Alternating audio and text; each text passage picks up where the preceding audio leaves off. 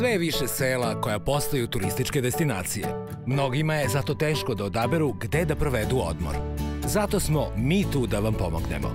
Emisija Lepše od Pariza otkriće vam koja seoska domaćinstva da posetite ako želite da iskusite pravi život našeg seljaka, opustite se u prirodi i uživate u dobroj hrani. Prikazat ćemo vam gde možete otići ako vas zanima aktivan odmor, a gde ako želite više da saznate o bogatoj istoriji i kulturi naših krajeva. Dobrodošli u Lepše od Pariza, emisiju posvećenu seoskom turizmu.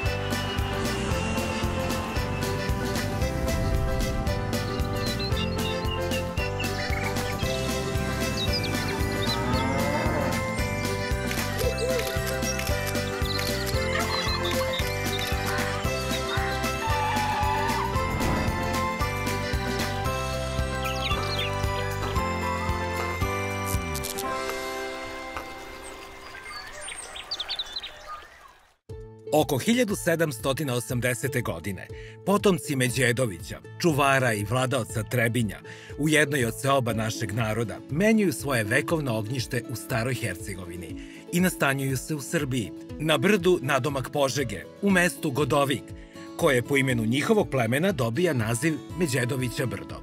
Još se pamti da su tada na brdu sagradili najveću kuću tog vremena, a pored te kuće, pre 100 godina, i najveću palatu od Čačka pa sve do Sarajeva i Nikšića. 2,5 veka kasnije, jedna od snaja Međedovića, gospođa Slađana Stojković, rešava da ovo imanje obnovi, oronule kuće rekonstruiše i tako učini svim gostima dostupan seoski turistički kompleks nazvan Međedovića brdo, koji vam sa zadovoljstvom predstavljamo u današnjoj epizodi.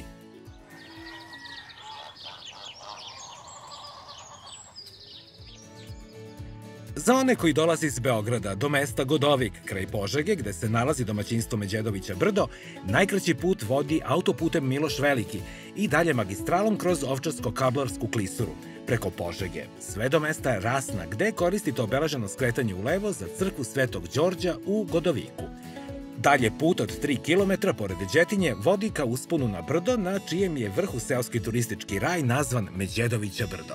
Razdaljina od Beograda je 182 km, a vožnja traje oko 2 sata i 15 minuta.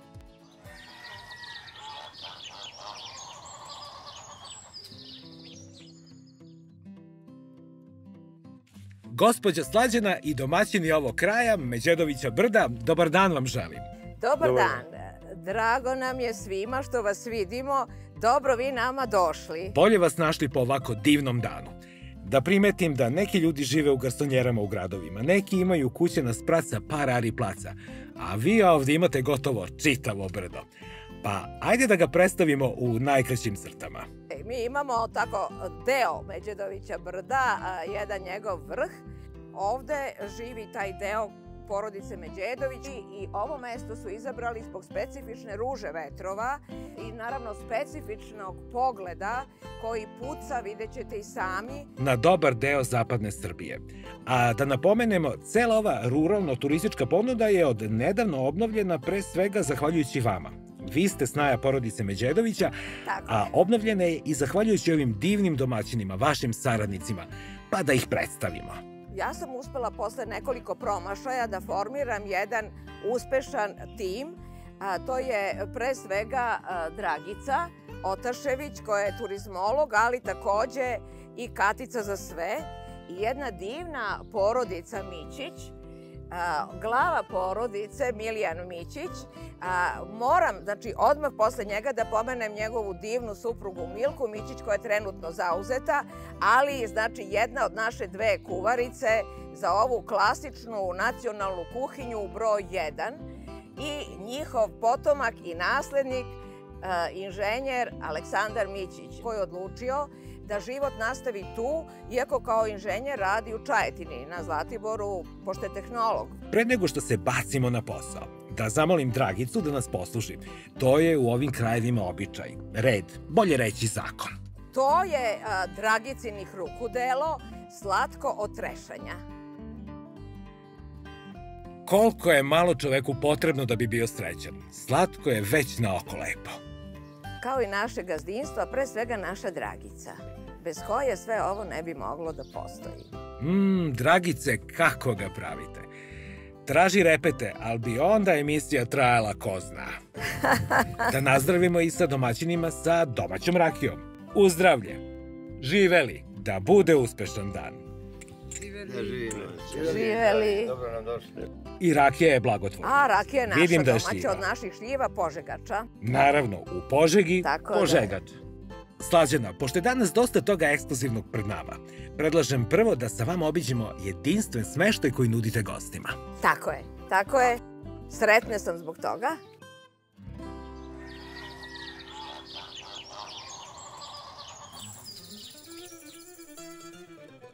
Na ulasku u smeštaj dominiraju ove božanstvene ruže. Domaćice, koliko imate smeštajnih jedinica i kako su organizovane? Imamo dve smeštajne jedinice koje su organizovane po principu ličnog i intimnog smeštaja porodica ili prijatelja koji se svi između sebe druže. Ovo je naša najstarija jedinica koja je stara preko 100 godina. Sve što je moralo da se reparira, reparirano je u duhu Neimarske tradicije. tradicije ovog kraja. Ona je svedok jednog vremena i nastojanja moje svekrve, sada pokojne Stanije Međedović, koja je zaista učinila sve da ovo živi. Gostima je na raspolaganju i terasa. Da, na raspolaganju je i terasa. Sa ovim stubovima gde su sačuvani divni ornamenti. Da pogledamo i unutrašnjost. Kako da ne? Na ulasku prvo dnevni boravak. Sa nameštajem koji je originalno bio u ovoj kući, koji sam ja našla negde i reparirala ga, ali apsolutno u duhu. Ovaj ležaj se otvara i postaje duplo veći. To je neki takozvani grof sistem. I ovaj kotao je tradicija takođe ove kuće. Ovo je šporet kotao. Ovde se stavi jedan veliki panj ili tako nešto slično i to gori ceo dan. Vi lepo sedite ovde i uživate u plamenu. I pucketanje vatre. Jeste, u pucketanju vatre. Ovo je njegov veliki dimnjak. Sa njima se i greje prostor. Naravno, sa njim se greje i greje se cela kuća. Imate ovde i televizor, ali verujem da uglavnom ugašeni ostane. Da, imamo ovde i moćani internet takođe, tako da ljudi mogu ne samo da koriste televiziju, ali mogu recimo da rade. Mogu da rade online. Zanimljivo je da ste za pod dnevnog boravka iskoristili crep skinut sa prve kuće imanja koja je oronula. Sada prelazimo na trpezarijsko-kuhinski deo. Ovo je kuhinja koja je stara nekoliko decenija, samo je reparirana. Znači sve je u stilu ručnog rada. Gostima je na raspolaganju posuđe, escajg i ostalo. Sve je tu. Tu su se nenametljivo uklopila najsavremenija sredstva tehnike. Šporet, frižider, a na kuhinju se kao celina nadovezuje i ovaj veliki trpezarijski stol. Da pogledamo i spavaću sobu. Vidim da je ukrašen ovim divno, ručno rađenim ćilimom. Ćilim je ručni rad, sve što mi imamo, znači svi su ćilimi delovi miraza. Ovde je bračni krevet. Bračni krevet je takođe pravio, znači, rođak iz susedstva i ove natkasne. A preko puta je ovaj antikvarni plakar. To je izrađeno kada su se doselili ovde, a to je negde oko 1780. godine. Sad možete to da zamislite kako je to bilo reparirati. Zato imamo tu neko oštećenje i tome slično, ali nisam htela da zamenjujem ni sa čim. Htela sam da se zadrži originalni ton. Prva smeštena jedinica na ulaznom delu ima izdvojeno kupatilo sa toaletom. Jedini prostor prilagođen komforu savremenog gosta. Domaćice, evo nas na terasi druge smeštene jedinice. Ona je mlađa po datumu gradnje, ali je... Ima 40 godina. Da, samo toliko. Samo toliko, da. Ali je isto sa ukusom rekonstruisana, što pokazuju ovi karirani stonjaci na kojima su domaći proizvodi, zelene žaluzine na prozorima sa rombovima. A kažite nam, šta su ovi predmeti okačeni na zidu? Na zidu su predmeti koji su nekada bili u upotrebi upravo u ovom domaćinstvu. Na svakom od tih predmeta je godina proizvodnje, pa vidite da ima i onih iz ranog 19. veka. Gosti mogu da uživaju na ovoj terasi. A da vidimo šta ih čeka unutra. Ulazna prostorija je... Ovo je jedan tako uobičajeni dnevni boravak. A sledi je... Ovo je spavaća soba u ovoj jedinici, druga spavaća soba. Pogledajte, znači kreveti su originalno od orahovog drveta. A ovi ornamenti da li su oduvek postojali? Postojali su, to su originalni ornamenti koje je jedna restauratorka restaurirala potpuno po tome. Da primetim da je u sobi jako prijatno, s obzirom da je napolju veoma toplo i sparno. Zaista je vrlo lepo spavati ovde i kuća ima jaku izolaciju, tako da uopšte klima uređaji nisu ni potrebni. Kuća ima grejanje koje je sasvim zadovoljavajuće.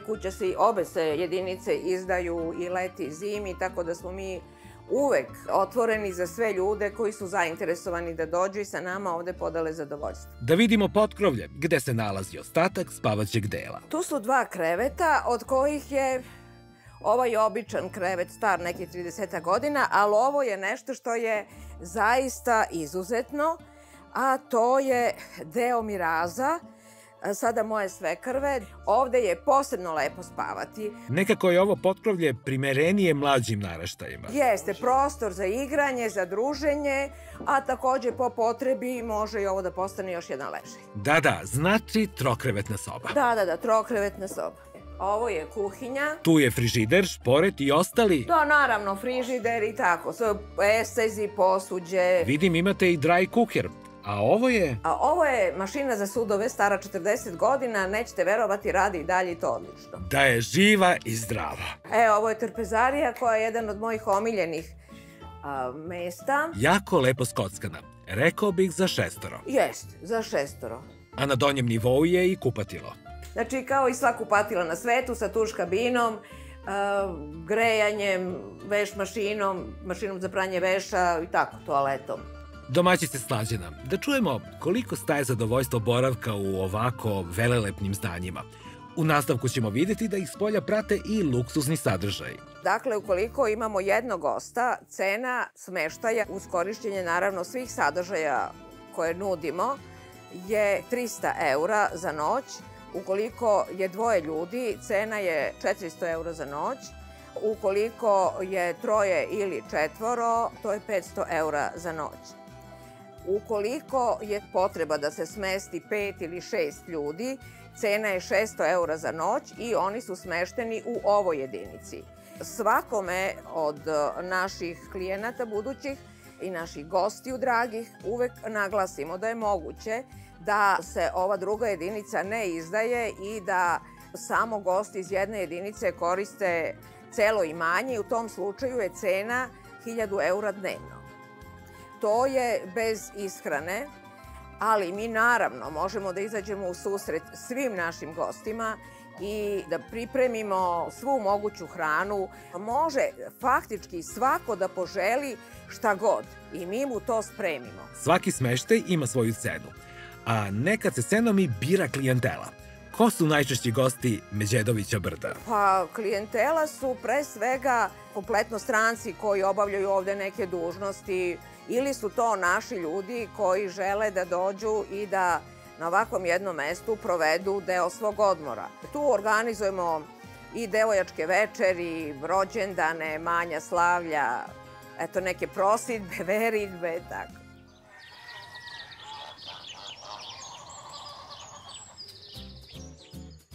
Evo nas na otvorenoj kujni sa saradnicom Dragicom. Recite nam, šta nam to sad lepo pravite? Pravim tradicionalnu sarmicu od raštana, punjeni luk, punjene tikvice, punjenu papriku, i stavljamo u furunu da se peče. Od čega je smesa za punjenje koju ste izdistali? Kaša od koje pravim je crni luk, šargarepa, juneće meso i to se proprži, doda se malo pirinča i to je ta kaša. Od ove kaše se pravi i sarma od kiselog kupusa, naravno u jesen i zimu, a leti se pravi od raštana, zelja i listare. Vidim da koristite zemljane posude. Nedaleko odavde je i čuvena zlakusa. Da, ovo je sud iz zlakuse. Oni to sve ručno prave. On podnosi visoke... velike temperature i u njima je jelo najukusnije. Šta sve sezonski imate još u ponudi za goste? Pa evo sad trenutno sezonski može da se pravi gibanica od blitve, od zelja, od koprive. Čujem tamo iza nešto se krčka. Deluje kao da je nešto ispod sača. Ovo je furuna za pečenje jaganjaca i tu se kuva pasulj. Te da kažem, osetio sam po mirisu. Rekao bih da je sa rebarcima. Rebarca, suvo meso i to je isto zlakuška zemljana posuda u kojoj je pasulj prelepog ukusa. A sa druge strane postoji prava furuna. U ovoj furuni ćemo da spremimo sarmice, pa ćete da probate ukus kakav je. A sada dolazimo u još jedan deo ove naše prve jedinice. To je stari podrum za namirnice i vinski podrum. Kao što vidite, to su originalni zidovi i originalne grede. Znači, sve je staro preko 100 godina. Znači, ovde se nalaze regali za vino, rakija je tu, džemovi, slatka, domaća radinost, sve sa našeg imanja. I med. Sarma je gotova, sada ćemo da je poklopimo i da stavimo u peć da se ispeče. Koliko dugo se peče? Sat. Sat vremena. Da. Kakva je vatra? Tiha, da samo krčka. Da.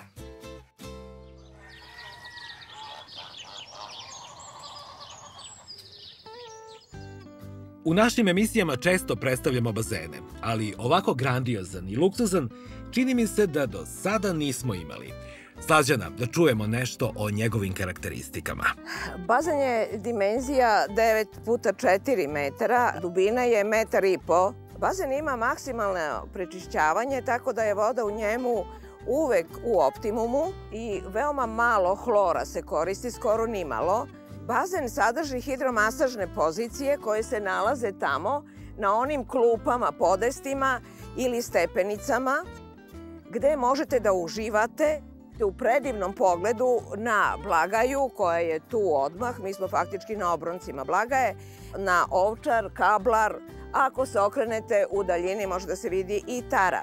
Možete da lepo plivate i da uživate i u noćnom plivanju, naravno, s obzirom da postoji rasveta svuda, ali ono što je posebno meni lepo, a to je da postoji rasveta u samom bazenu koja ima različite boje, a takođe mogu da se smenjuju ili da bude samo jedna pojedinačna boja. Bazen poseduje termopumpu, tako da može da se zagreva i može faktički da bude i džakuzi, a može da se koristi i zimi. Na samom dvorištu postoji nekoliko tačaka na kojima se gosti mogu odmarati, obedovati ili se družiti, a neki od njih su upriličene za najmlađe. Lepote! Evo kako izgleda seoska idila. I šta znači kada domaćinstvo ima konje? Aco, da predstavim ove divne životinje. Sa ocem ti si glavni oko održavanja imanja Međedovića brda. Zajedno brinete o konjima i ostalim životinjama. Da, tako je. Ja sam već par godina zadužen ovde, još dok sam studirao, bio za obradu zemlje, za održavanje voćnjaka, za održavanje malinjaka, za održavanje livada, njiva. Miljan je zadužen za brigu o stoci, Miljan ih hrani, Miljan se bavi najviše njima tu sad kad je jagnjenje u toku, letnja sezona i oko hrane i njihovo zdravstveno stanje redovno pregleda. Ovde imamo kobilu i 2 žrebice domaćeg našeg srpskog brdskog konja. Zovu ga i bosanskim brdskim konjem, ali to je ista sorta, to je naša životinja. To su konji koji su izuzetno jake, građe, stabilni su, niski su na nogama, otporni su na loše uslove, na jake zime. To su konji koji su nosili naše brdske topove, koji su nosili našu vojsku tokom svih proteklih ratova, tako da Ti su konji možda i zaslužni jednim dobrim delom za naše pobjede u istoriji ratovanja. Danas tu su da zabave decu kada dođu posetioce, tu su da oni daju da se jašu, tako da možemo da organizujemo jakaću turu. Žebice su trenutno na obuci. Što se tiče magaraca, to su domaća sorta magaraca. Ove smo konkretno nabavili iz Bosne, iz Republike Srpske.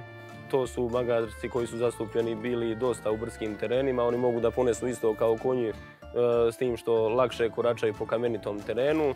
Isto tako otporni su jako na hladnoću i skromni su što se tiče ishrane i dobri su čuvari stada ovaca, alarmiraju i na pojavu vuka i tako da su bili jako korisne životinje u to vremenu kada se živjelo isključivo od stočarstva u tim krajevima. Video sam da u štali imate i druge vrste životinja, koje su takođe autohtone domaće rase. Da, imamo sjeničke ovce, autohtonu sortu. One su došle na ovaj prostor još neposredno posle Kosovske bitke. Nastale su ukrštanjem ovaca koje smo mi držali na ovim prostorima i nekih turskih sojeva ovaca.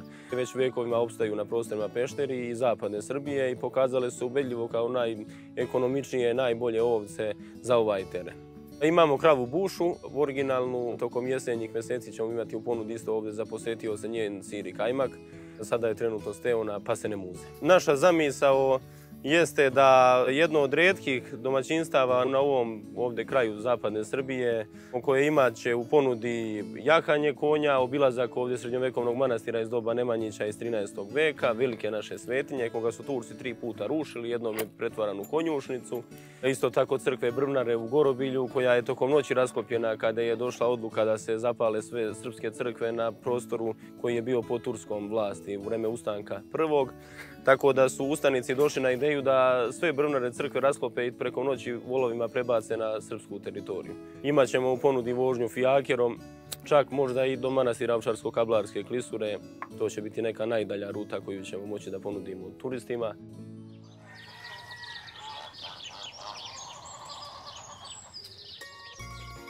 Recite, kakav pogled?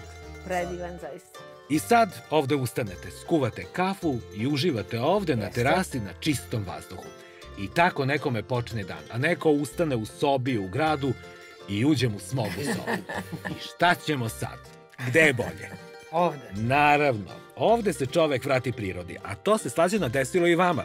Pa nam recite, šta je bila inicijalna kapisla za jednu takvu odluku? Inicijalna kapisla je bila kada sam jednim tužnim sklopom okolnosti ja postala naslednik ovog ovde imanja i onda sam shvatila da moram da uhvatim volan u svoje ruke, ali najozbiljnije. I onda sam ja polako krenula da tražim zadovoljstvo u svemu što sam radila i to je bilo 2015. godine. Da li ste imali sreće ili možda naša zemlja zaista ima ljude sa kojima se zajedničkom saradnjom može postići jedan ovakav uspeh? Ja zaista mislim da je šansa svih ljudi svuda na svetu, pa i u Srbiji, u zajedničkom delovanju. Tako da to donosi prosperitet svima. Mislim da je u stvari to put i način. I za povratak mladih ljudi na selo i uopšte u jedan urbano-ruralni životni stil. A vi ste upoznali Aleksandra Mićića, koji je tipičan primer za tako nešto. Znači, mlad čovek, obrazovan, zaposlen, ali takođe živi i radi na domak Požege, pomaže svojim roditeljima, pomaže i meni. Dragice, da vas pitam, kako celu ovu priču oko Međedovića brda vidite i koliko vama znači? Pa meni mnogo znači. Moj izlazak i dolazak ovde je odmor za dušu. Ovde se osjećam kao leptir. Jasno. Uz sliku ptica, uz tako. I mnogo mi je lepo. Slađana, već ste imali brojne i zadovoljne goste boravkom na Međedovića brdu. Koliko vam to znači? I da pitam, koliko vam znači što su i vaši saradnici, koliko vidim, zadovoljni? To je nešto što mnogo znači, jer ide u prilog tome da nisam pogrešila. Ja prosto ne mogu da živim ako ljudi oko mene nisu sretni. I ako ja na minimalni način, mereno promilima, doprinesem nečijem zadovoljstvu, sreći ili rehabilitaciji, jer mi imamo životinje koje vole da se maze, što smiruje ljude. I kad vidim da je nekome dobro, da je neko zadovoljan, naročito ako mu to potpomogne u nekom oporavku, to mene zaista istinski čini radosnom i sretnom osobom. Koji su ovde potencijali razvoja i u kom pravcu vidite opstanak i razvoj srpskog sela? U Godoviku je posle 12 godina obnovljena osnovna škola. To se desilo ove godine, ove školske godine.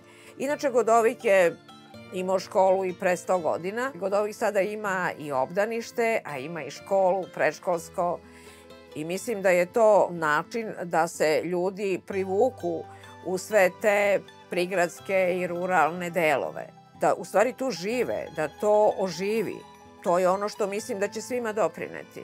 Jer to je lepo i da deca šetaju, da skupljaju trave, da gledaju sve te listiće, bubice, da dolaze na ovakva mesta, da gledaju životinje, da deca uče kako je živeti sa prirodom. U stvari, ljudski resurs je glavni potencijal razvoja srpskog sela. Tako je. Na kraju dana je upriličeno druženje uz trpezu sa gastronomskim biserima Međedovića brda. Za meze je izneta goveđa, od obične svinje i mangulice pršuta, zatim punomasni sir i kajmak, sjenička paprika sa pavlakom, domaća kuvana jaja, a za salatu organski gajen mladi crni luk, paradajz i krastavac. Na početku smo uživali u Dragicinom specijalitetu, sarmici od raštana i posebno delikatesu, jagnjećoj sarmici pečenoj na šljivovom drvetu. Za večera nam se pridružio i Vlajko Rogović, jedan od saradnika i proizvođač organske hrane za potrebe domaćinstva. Vlajko, nešto mi je taj lonac poznat od danas, a u njemu je beše...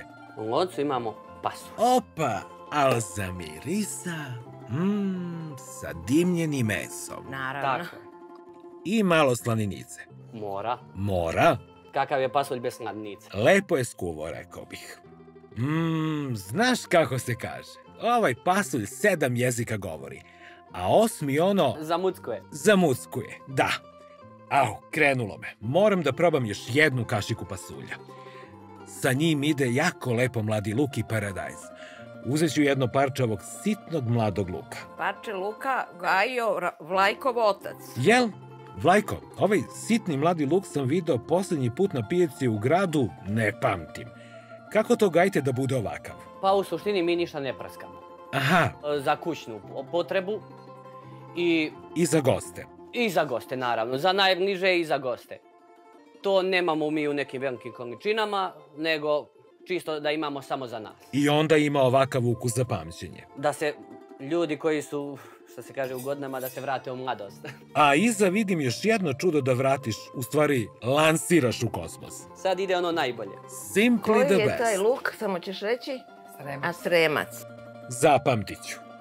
To je druga vrsta luka, takođe iz organskog zasada Vlajkovog tate, koji je inače bio majstor za ovo. Dobro, znači to je njegovih Majstor. ruku dela. To je Njegovih ruku delo od A do Š. Slađana, pogodili ste me u dušu. Mlada jagnjetina. Tako je. Pogledajte, kao da sam se postideo. Morat ću da uzmem jedno parče da razbijem ovu tremu. Čujem da me ovo parče zove. Ma ovo ne može više da se gleda koliko je lepo spakovano za degustaciju. Jel znaš, Vlajko, koliko se dugo peklo? 3-4 sata. Da. Moralo je toliko. Mora dugo da se peče. Pozdravi Vlajko puno oca i poruči mu da uskoro dolazim na druženje od ta 3-4 sata. A ako zatreba, i ceo dan. Na tom mestu gde smo se danas mimoišli. Za kraj da nazdravimo ovoj čarobnoj trpezi. Iza je i slatki program. Da, i voćni. Kasnije ćemo i to probati. Dobro došli. Živeli. Živeli, bolje vas našli. Žive. I prijatno. Prijatno. Hvala. Kad se za par sati vratim kući u Beograd, moći ću da se pohvalim da sam bio u Hollywoodu i da nisam morao da idem u daleki Los Angeles, već na jedno brdašce, tu u blizini Požege. Domaćini Međedovića brda, hvala vam na izuzetnom gostoprimstvu, prilici da uživamo u izuzetnim sadržajima koje nudite i posebno vam hvala na tome što pokazujete da se vašom međusobnom saradnjom može postići ovakav nivo seoskog turizma. Drago mi je što tako mislite. Nadam se da smo mi zaista lepši od Pariza, kao što kaže emisija. A sa ovim ljudima sa kojima radim zaista nije teško. Mislim, sve što god je ljudsko nije mi strano, ali ako su ljudi ovakvi kao moji saradnici, uspeh dolazi sam po sebi, nadamo se. To ti je zagarantovano, što bi rekli. A tu je i poruka svim domaćinima u Srbiji. A ja vam do narednog susreta želim svako dobro. Hvala, prijatno, doviđenja.